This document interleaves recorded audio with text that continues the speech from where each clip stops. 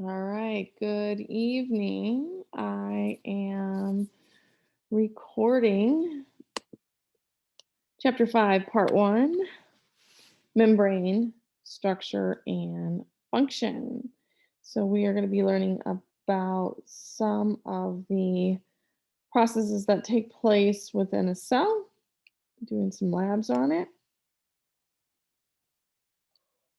And if I can get my pen to work here, there we go. All right. So, membranes are composed of a bilayer of phospholipids, and you can see right here our bilayer with our hydrophilic heads, our hydrophobic tails tucked in the middle. We also have proteins that will be embedded inside those phospholipids. The phospholipids are not attached to one another. So, this is why we call it the fluid mosaic model because these phospholipids can move side to side. They can actually kind of move up and down a little bit. I always use the metaphor of like a bobber, a fishing bobber. It goes up and down, but it has its specific location in the water that it is most comfortable. And so, again, once if we go up, our hydrophobic tails are exposed to water, so they don't want to go up. So they can move forward, backward. So they can move in that space. And we actually even know that some of them can flip from the inside to the outside. So it's a very fluid structure with movement. And sometimes these proteins even will kind of migrate because they're kind of floating along in that phospholipid bilayer. So many phospholipids are made from unsaturated fatty acids. Remember, they have those kinks in their tails. Those kinks keep the membrane from packing too tightly because we want to keep that fluidity in our membrane. We also will have cholesterol. We can see a cholesterol molecule in there. And I tend to refer to cholesterol as the cell membrane buffer system.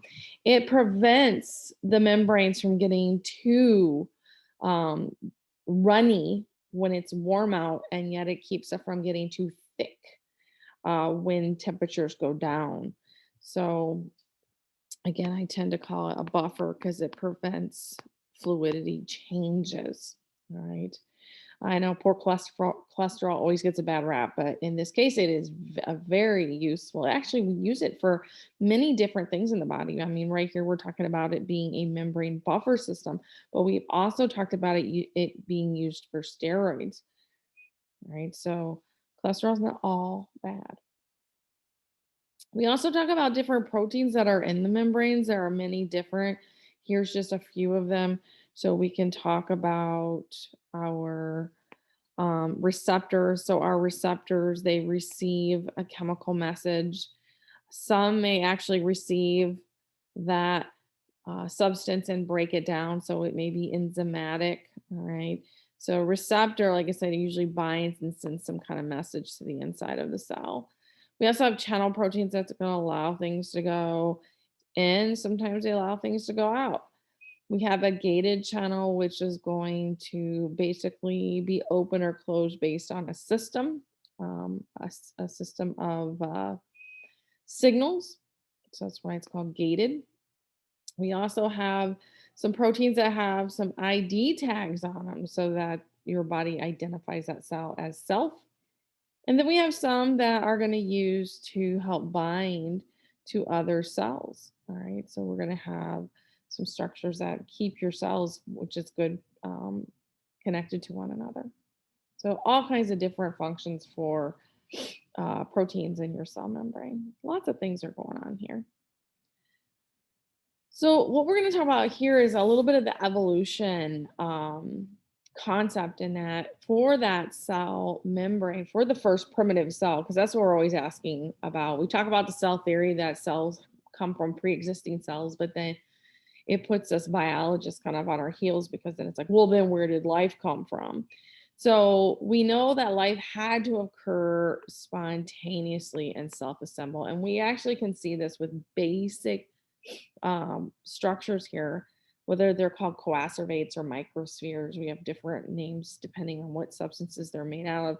But you guys have seen it all. When you mix lipids, oil, and water, and you see the droplets forming in there, and that's basically those phospholipids getting those tails tucked in away from the water. And that would be your very, very early and basic cell membrane. And then we're going to talk about passive. We're going to be using some of these words. There's a lot of vocab. Passive, all right? We think about the word passive meaning that it does not require energy. So passive is moving molecules without the use of energy. And the first one we're going to talk about here is diffusion. And diffusion is where you have these particles that are densely represented in a small area. And as we put like food coloring or something into the water, it spreads out until eventually it's, in through the whole container. So we're going from a high concentration to a low, right? The low being out here, it's right. So it's moving into that low until we've reached equilibrium. Okay. So we're moving. I always talk to my students, we're going high to low. We're going downhill. When you go downhill on your bike, it does not require energy. No energy is needed to go downhill. So again, we're going to diffuse down our concentration gradient. So here is our high concentration. So we have a lot of particles up here. So here's our high. Inside the cell is low. And so we're going to move those particles into the cell. Now, actually, some of the particles may diffuse back and forth, but we're going to kind of keep moving back and forth until we have even numbers on both sides. And even once we have even numbers on both sides, we're still going to be moving back and forth.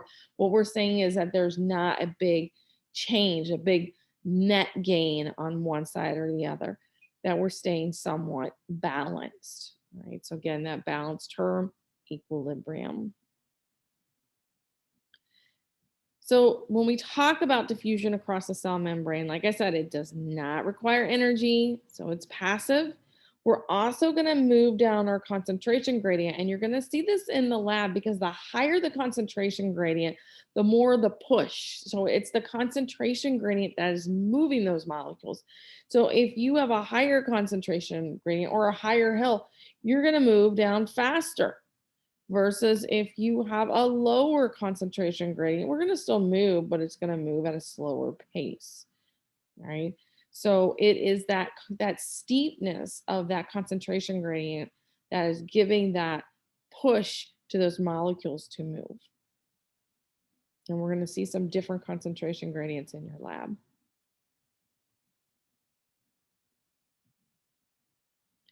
One of the most important substances that can cross the membrane, that crosses the membrane, is water.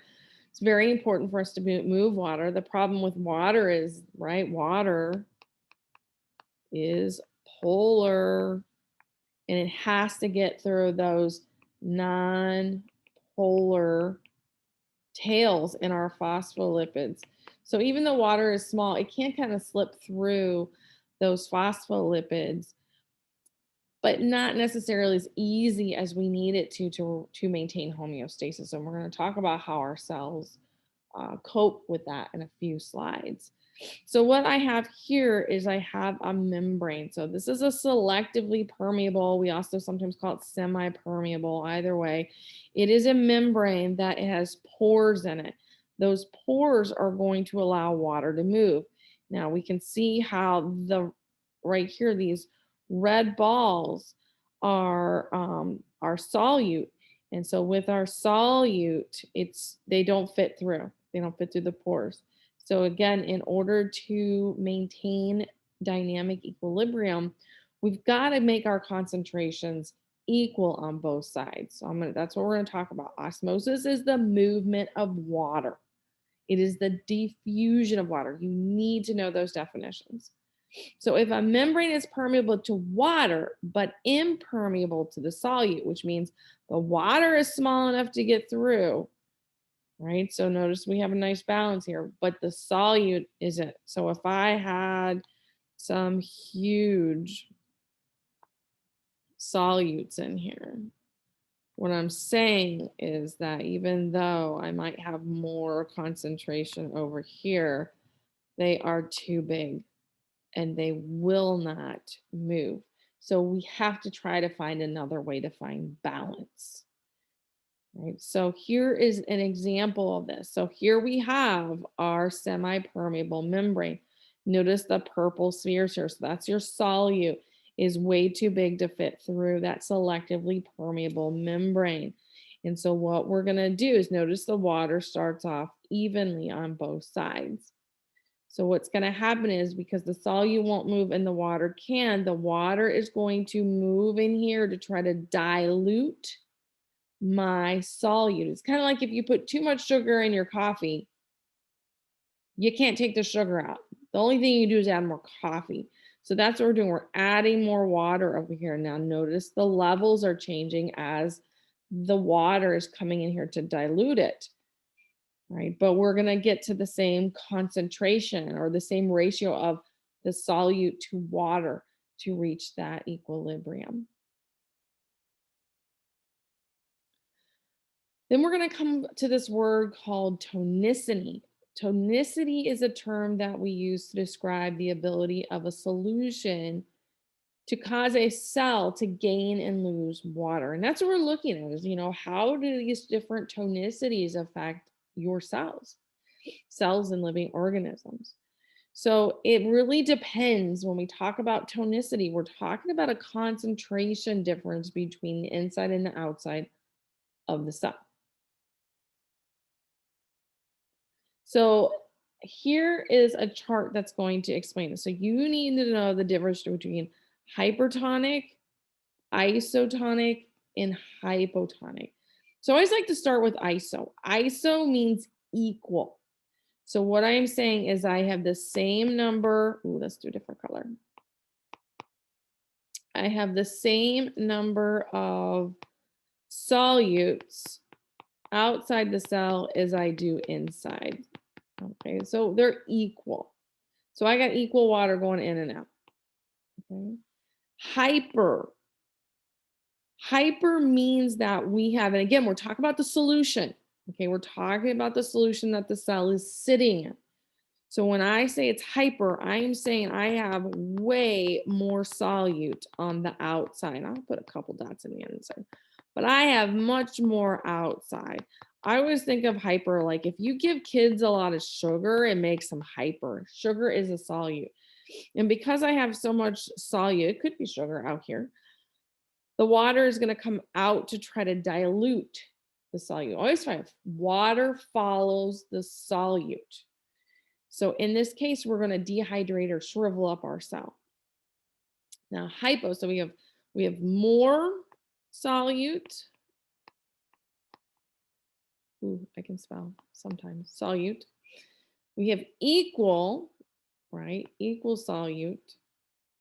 And now we're going to have less solute. Okay. So that means I have more solute inside the cell than outside. And because I have more, remember the water is going to follow the solute, it's going to go in. And so your cell is going to swell up. That could be a problem. All right. So we have hyper iso. So we have hyper iso and hyper. Let's try again. Hyper iso hypo. You need to know those three different solutions. So I had said earlier that we have water and that water needs to be able to get back in or out of the cell in order for osmosis to work to regulate homeostasis. But water again has a hard time getting through that non-polar non-polar tails because it's polar. And so we're going to have these special channels, which I'm about ready to be attacked by my kitten. We have these special channels called aquaporins, and aquaporins are going to allow a pathway for the water to move based on which direction it needs to go. That helps to do what is called osmoregulate. So it's going to control water movement so that the cell can maintain homeostasis. Now, the cell walls of plants and prokaryotes and fungi actually have a special structure that helps them regulate this water, and that is called a cell wall. Remember, animal cells do not have a cell wall. So, the cell wall, what will happen is that it will exert pressure on, so the membrane actually pushes up against the cell wall and it prevents that cell wall structure, prevents the cell from bursting. However, we do still have the problem in a hypertonic environment where it will shrivel up. Right? So we will still have that shrivel effect on those organisms, just not the cells bursting. So here's a picture of that. So here's our animal cell. Now, when an animal cell bursts, that's called cytolysis. Cytolysis. So this would be in our hypo. So I have more solute inside. So the water's going in. In plants, we have all these solutes here.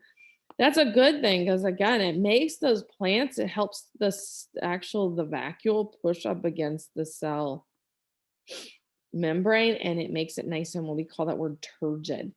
Okay, or your plants are nice and erect. All right, nice and full and upright. Remember, plants don't have bones, so we have to have a different way of giving them structure, and we give them structure with this turgor pressure or turgidity with their cell walls and that central vacuole. ISO remembers equal, so we have equal amounts of solute, so we have equal water going in and out. Notice here our plant's actually getting a little flaccid. It's lost some of that turgidity. And then we have our hyper. And so with the hypertonic, we're going to dehydrate, right? Because that means we have more solute outside than we do in. Now, in plants, they do something special. It's called plasmolysis or plasmolyzed, past tense. So what happens is that cell, notice the cell membrane here, it pulls away from, that's the cell wall. And we can actually see that under the microscope. So again, we can't have that in animal cells because animal cells do not have a cell wall. Hi, Pixel. All right, so um, I was wondering how long it would take for my kitten to get to photobomb here. All right, so hydrophobic substances can easily move through that hydrophobic region, right? So we can move those. However, we have problems with polar or charged substances. They do not move easily. So we need some helper proteins. So the first one I'm talking about here is, this is again, it's passive. We're not using energy, but this is called facilitated diffusion.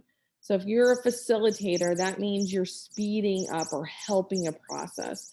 So this is just adding like a tunnel, a pathway, kind of like our aquaporin. All right. So it is very specific for what it's going to allow to go through. So that specific solute will then be able to go through. Now it will move in or out based on that concentration gradient because it is passive transport. So we have a couple different types of facilitated, or we are talking about passive diffusion, osmosis, and then this facilitated diffusion. So we have that channel that I was talking about right here. We also have what's called a carrier protein, and that carrier protein will bind and change shape and bring it through. I always think of it kind of like a turnstile. All right, so it's allowing that molecule to go through. It is going to move according to the concentration gradient, high concentration, low concentration. So it's going to go from high to low, whether that's inside to out or outside to in, doesn't matter. It's purely moving according to concentration gradient. The last thing we're going to talk about is not passive. It is active. Active means it has to use energy. And in this case, we are moving uphill. So when you are on your bicycle and you need to go uphill, you've got to put in energy. So we can see here we're moving our molecules from low to high. And to do that, I'm going to have to use some energy. And the energy currency of the cell is ATP. So I'm going to use ATP to fuel this process, this active transporter. So here we see the solute binding. We see our ATP coming in, and it's kind of like your toll gate, the old toll gate, right? You pay your money and then the arm would go up.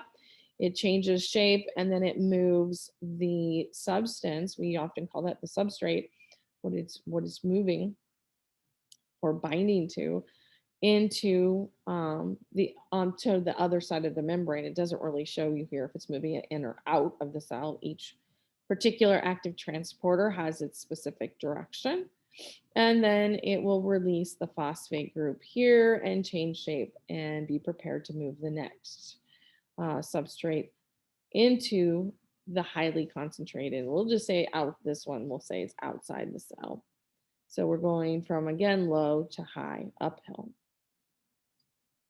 And then the last section of this first part talks about, well, what about when we have really big particles? When we have really big particles, we're going to have to move them in by a process called exo, like exit, or endo, um, into the cell. So we're going to use these kind of transport vesicles to do that. And we're going to see how the membrane supports that.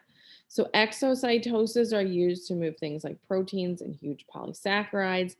Endocytoses are going to be used to take in basically they both can take in all of these substances. And I'm going to show you that in some pictures here. So here is exocytosis. So we have our vesicle. And again, these are all lipids.